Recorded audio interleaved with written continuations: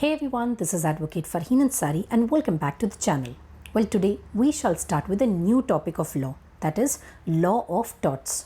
This topic was the most demanded topic on the channel and hence we thought of coming up with videos on the same. So let's get quickly started.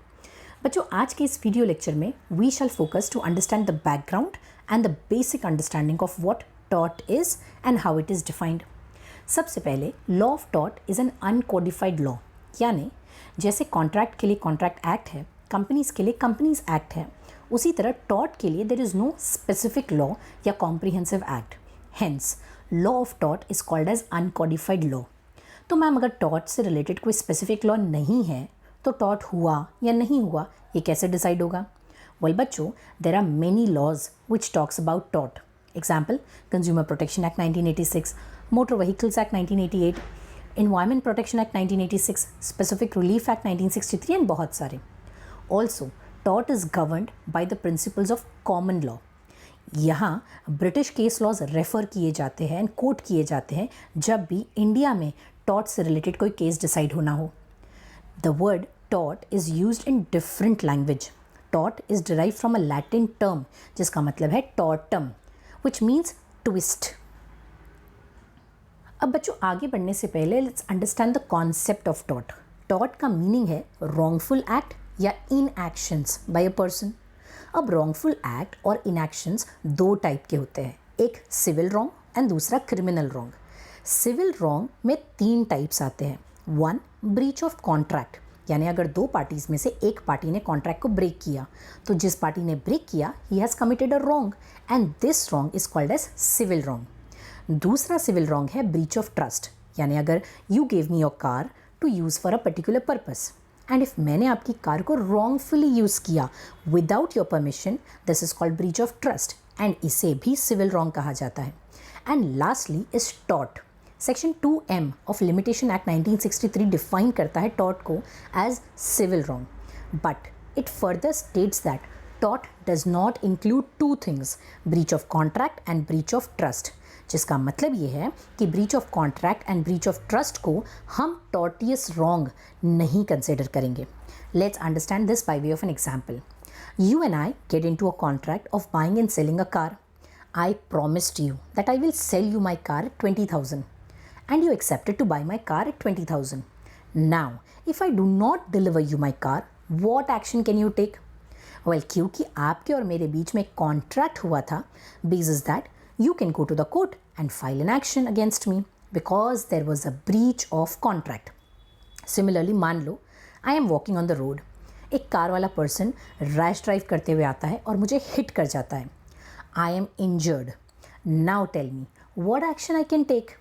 अब उस car वाले के साथ तो मेरा कोई contract था ही नहीं कि जब मैं रोड पे वॉक करूँगी तो you have to ensure my safety, तो मैं कैसे उसके अगेंस्ट में एक्शन ले सकती हूँ? वेल, ऐसे सिचुएशन में law of torts come in picture which gives me the right to take action against that car वाला person for a tortious wrong committed. Simple words में कहे तो टॉर्ट का मतलब होता है रॉन्ग, बट हर रॉन्गफुल एक्ट टॉर्ट नहीं होता है. कुछ रॉन्गफुल एक्ट क्राइम भी कंसिडर किए जाते हैं, कुछ को हम कॉन्ट्रैक्चुअल ब्रीच कहते हैं और कुछ को breach of trust and likewise. अब अगर रॉन्ग की बात की जाए तो there are two types of wrong in law. One is called public wrong, the other is called private wrong. वो रॉन्ग जो हुआ तो किसी एक पर्सन के साथ है लेकिन पूरी सोसाइटी को अफेक्ट करता है, it is called as public wrong. जैसे रॉबरी, रेप, मर्डर, इसे क्रिमिनल रॉन्ग भी कहा जाता है. And वो wrong which affects only an individual is called private wrong. Example, you and I entered into an agreement that I will sell you my house and you will buy the house for some amount. Now, अब अगर मैंने later on deny किया to sell you my house, अब यहाँ जो wrong हुआ है यहाँ सिवाय आपके और किसी का नुकसान नहीं होगा.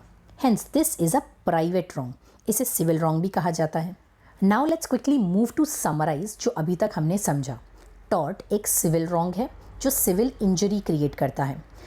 अगर क्राइम कमिट हुआ है तो उसका पनिशमेंट पेनल्टी या जेल होती है, बट टॉर्ट कमिट हुआ है तो उसमें पनिशमेंट इज़ ईदर कॉम्पेंसेशन और डैमेजेस, यानी भुगतान देना पड़ता है. जिस पर्सन ने टॉर्ट कमिट किया है it is called as tortfeasor और रॉन्ग डूअर, और उसके रॉन्गफुल एक्ट को ही टॉर्टियस एक्ट कहा जाता है. Now let's move to understand some definitions of torts defined by various jurists. सबसे पहला है सैलमन, जो टॉट को इस तरीके से डिफाइन करते हैं कि टॉट नंबर 1 एक सिविल रॉन्ग है, नंबर 2 जिसमें रॉन्ग डूअर को रेमेडी के तौर पे डैमेजेस यानी कॉम्पेंसेशन देना पड़ेगा, एंड नंबर 3 वो ये बताते हैं कि टॉट में कुछ चीज़ें इंक्लूड नहीं होती है, which is breach of contract, breach of trust and other equitable obligations. Now, before we understand the definition of tort defined by Fraser, please understand that there are two types of right: right in rem and right in personam. Right in rem is a right against the whole world, whereas right in personam means right against an individual. Now let's understand this by my previous example, jahan you and I enter into a contract of buying and selling a car. I promised you that I will sell you my car at 20,000 and you accepted to buy my car at 20,000. Now if I do not deliver you my car, आप किसके against में action ले सकते हो? मेरे against में, मेरे पूरे घर वाले के अगेंस्ट में, या मेरे सारे दोस्तों के अगेंस्ट में? ऑफ कोर्स आप सिर्फ मेरे अगेंस्ट में एक्शन लोगे। क्यों? वेल, क्योंकि कॉन्ट्रैक्ट सिर्फ आपके और मेरे बीच में हुआ था। This right of yours is called as right in personam, यानी right against an individual. Next example, if I'm walking on the road and the car वाला person rash drive and hit me and I got injured. अब इस case में मैं किसके against में action लूँ and on what basis? क्योंकि अब उस कार वाले के साथ तो मेरा कोई कॉन्ट्रैक्ट नहीं था that when I walk on the road you have to ensure my safety. तो अब मैं कैसे एक्शन लूँ? Well, it's my fundamental right to be safe and it is your fundamental duty to drive safe. इस case में भले I did not have any contractual relation with you, still I have right in rem, meaning right against the whole world, कि अगर किसी ने मेरे fundamental rights को affect किए तो I can take action against them. Fraser भी टॉट को इसी टर्म्स पे डिफाइन करते हैं दैट टॉट एक इन्फ्रिंजमेंट है, जिसका मतलब एक रॉन्ग है, जो राइट इन रेम देता है एक पर्सन को कि अगर किसी पर्सन के साथ रॉन्ग हुआ है तो he can take action against that person under the right of rem and ask for compensation. तो बच्चों, ये था basic understanding of concept of law of torts. Hope you understood the same and stay tuned for more updates on this topic. Notes on this topic is provided on my Telegram group, of which the link is in the description below. Until we meet next time, thank you everyone. Bye bye.